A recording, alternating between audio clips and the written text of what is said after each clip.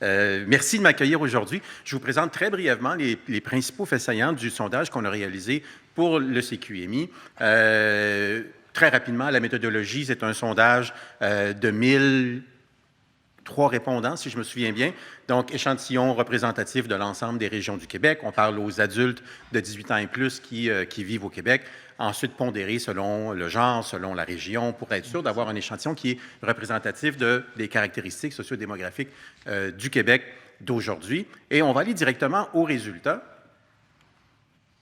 Donc, la méthodologie, encore une fois, on peut y passer très rapidement. Le sondage est très récent, donc réalisé à la mi-septembre, et qui nous permet de dégager certains éléments importants. Le premier, on a voulu savoir, on le sait, de plus en plus, les Québécois reçoivent leur information indirectement, ça veut dire des sources qui viennent de médias traditionnels, mais qui sont relayées par des plateformes ou des médias sociaux. Et on leur a demandé, sur les réseaux sociaux, justement, dans quelle mesure faites-vous confiance aux publications qui relaient des actualités provenant des médias traditionnels, pour s'apercevoir que le Québec est un peu scindé en deux. 48% font confiance aux nouvelles issues de médias traditionnels qu'ils vont consulter sur les réseaux sociaux, alors que 42% n'y font pas confiance. Déjà, ça nous a soulevé des résultats qui m'ont un peu surpris. Et ce qu'on s'aperçoit quand on regarde, il y a beaucoup de chiffres en bas, mais les principaux qui nous ont préoccupés et interpellés ont beaucoup plus trait au fait que les gens qui ont tendance à faire plus confiance aux médias traditionnels ont tendance à être plus âgés et ceux qui vont leur faire moins confiance ont tendance à être plus jeunes. Ce qu'on observe, toutefois, c'est que les non-francophones ont plus confiance aussi aux médias traditionnels que les francophones, mais essentiellement un Québec divisé en deux sur la confiance qu'ils accordent aux nouvelles venant de médias traditionnels qu'ils verront sur des réseaux sociaux. Par la suite, on a voulu tester un certain nombre de théories et informations invérifiées, qui est à notre façon gentille de dire théorie du complot pour certains. Il faut saluer, depuis le milieu des années 2010, IFOP en France fait un travail assez important au niveau de suivre à travers le temps comment la France évolue au niveau des perceptions d'un certain nombre de théories du complot que nous, on a un peu importé ici durant la pandémie, parce que la pandémie a été un moment où on a vu en tout cas une plus grande vulnérabilité au niveau des croyances à l'égard de ces théories-là. Mais allons-y avec celle que nous avons testée. Alors, la théorie qui est la plus crédible aux yeux des Québécois est celle que les médias traditionnels manipulent l'information qu'ils diffusent. 44% des Québécois croient effectivement que les médias traditionnels manipulent l'information qu'elles vont nous diffuser. C'est celle, en fait, qui plaît le plus aux Québécois en termes de véracité, comparativement à l'ensemble des autres. Mais si on poursuit, 34% des Québécois croient, disent que c'est vrai ou possiblement vrai, qu'il y a des preuves de contacts extraterrestres qui sont dissimulées au grand public par nos gouvernements, que le gouvernement cache au grand public la réalité sur la nocivité des vaccins. C'est quand même 25% des Québécois. C'est plus élevé que ça en France. Des technologies permettent de contrôler la pensée, sont utilisées sur des gens à leur insu en ce moment. C'est quand même 20%, jusqu'à la toute dernière, qui est Donald Trump s'est fait voler l'élection dans l'État de Géorgie en 2020, qui quand même est crédible pour 10% des Québécois.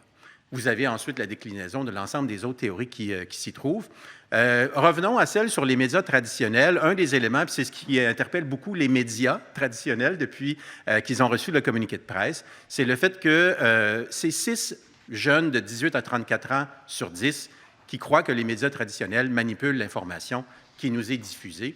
Et dans la majorité des cas de théorie dite du complot qu'on a voulu tester, dans la majorité des cas, la croyance envers ces théories-là est plus élevée aussi chez les jeunes de 18 à 34 ans.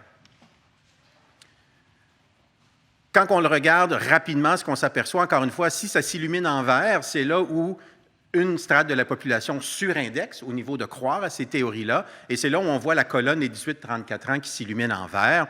On s'illumine en rouge si on sous-indexe comparativement à la moyenne de l'ensemble des Québécois sur ces théories-là. Ce qu'on s'aperçoit, c'est que c'est beaucoup les jeunes et aussi les non-francophones résidant au Québec qui ont tendance à trouver ces théories-là plus crédibles que moins crédibles, mais encore les pourcentages présentés ici sont relativement élevés.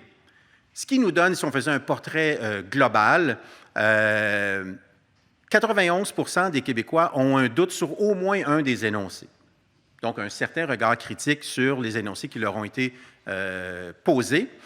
Si on le regarde de façon plus détaillée, c'est-à-dire qu'on a seulement 18% des Québécois qui ont dit qu'à 9 ou 10 des énoncés sur 10 des énoncés qu'on leur a proposés, on dit « c'est faux ». Donc, ça nous donne un Québécois sur 5 qui nous dit « tout ça, ou en fait tout ce que vous m'avez présenté est selon moi faux ». Donc, une certaine ouverture à ces théories alternatives qui sont relativement présentes. Et de même, il y a 66% des Québécois qui disent qu'au moins une de ces théories alternatives-là sont vraies. Cependant, si on retire celles qui portent particulièrement sur les médias traditionnels, à ce moment-là, ce serait une minorité de Québécois qui croiraient à au moins une des autres théories qui leur a été présentée, donc parce que c'est elle qui est la plus, si on le veut, populaire. On regarde aussi, on a voulu poser une question sur les intelligences artificielles et on leur a demandé, craignez-vous que les intelligences artificielles génératives permettront de créer plus, autant ou moins de désinformation? Et là, la moitié des Québécois estiment que les intelligences artificielles vont au contraire augmenter la chance qu'on nous diffuse de l'information qui est déformée, alors que seulement 4% de la population pense que l'inverse sera vrai, c'est-à-dire qu'on sera moins sujet à recevoir de la désinformation en tant que consommateur de différentes plateformes. Donc, un certain pessimisme à l'égard des intelligences artificielles génératives et de la désinformation. Je m'arrête tout de suite pour laisser place à des commentaires. Donc, merci de m'avoir écouté.